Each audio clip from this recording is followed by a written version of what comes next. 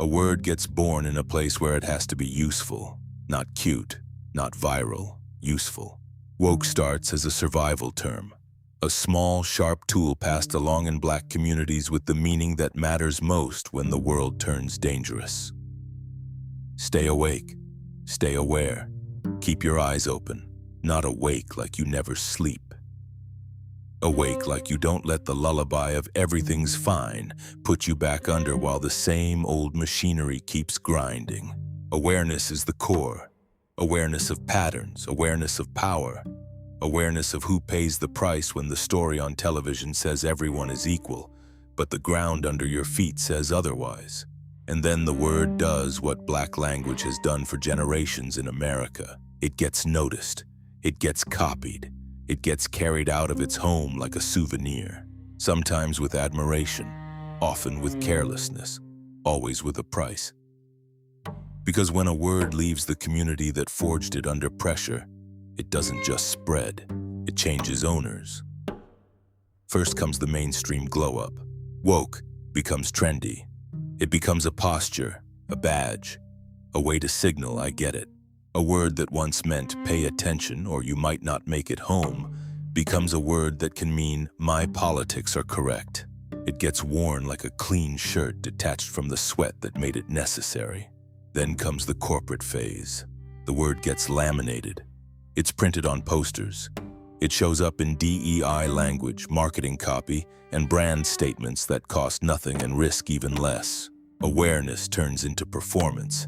The flashlight becomes decor. That's when the backlash arrives, right on schedule. Because the moment awareness becomes common, it becomes inconvenient. It points at things that powerful people prefer to keep dim. It names patterns that are profitable. It refuses the comforting myth that injustice is only a few bad apples instead of a whole orchard planted on purpose. So the word gets attacked, but not by debating what it points to. The tactic is simpler. Poison the word. Take woke, which means awareness, and twist it until it means annoying, extreme, anti-common sense, dangerous and authoritarian, everything wrong with society. The goal isn't clarity. The goal is social conditioning. Make awareness embarrassing. Make people flinch when they hear the word. Make them distance themselves from it in public. Because if awareness becomes a punchline, fewer people will choose it.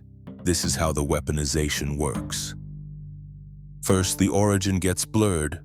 Woke stops being heard as a Black term rooted in lived reality and becomes treated like a novelty word that just floated in from nowhere. The history gets erased because history adds moral weight, and moral weight makes it harder to mock.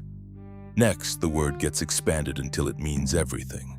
If woke can mean police accountability, inclusive casting, climate policy, pronouns, curriculum debates, a tweet someone didn't like, a corporate training, a joke that didn't land, then the word becomes fog.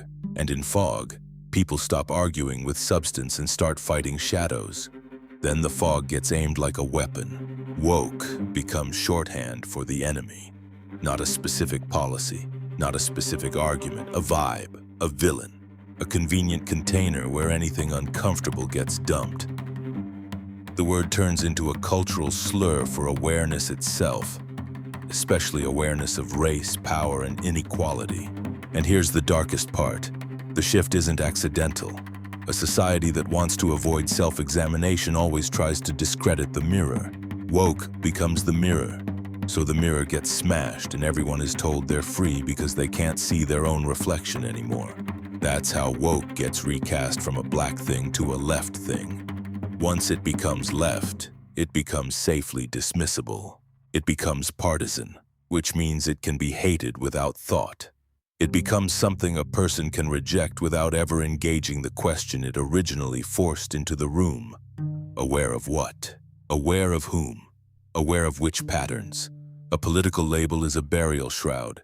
Cover the word with ideology, and the original meaning suffocates underneath, and the story repeats a familiar American rhythm. Take a Black expression that carries truth, remove the context that gives it weight, repurpose it for entertainment or status, then turn it into a weapon when it becomes too honest. Not everyone participates consciously, but the machine runs anyway. Because the dominant culture holds the loudest megaphones.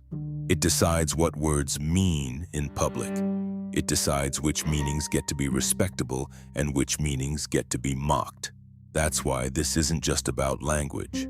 It's about power over reality.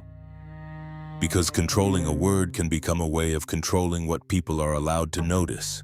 If woke equals ridiculous, then awareness of injustice becomes ridiculous by association. If the label for attention becomes a slur, then attention becomes socially costly.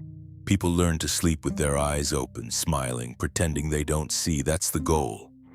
Not to prove awareness wrong, but to make awareness socially punishable.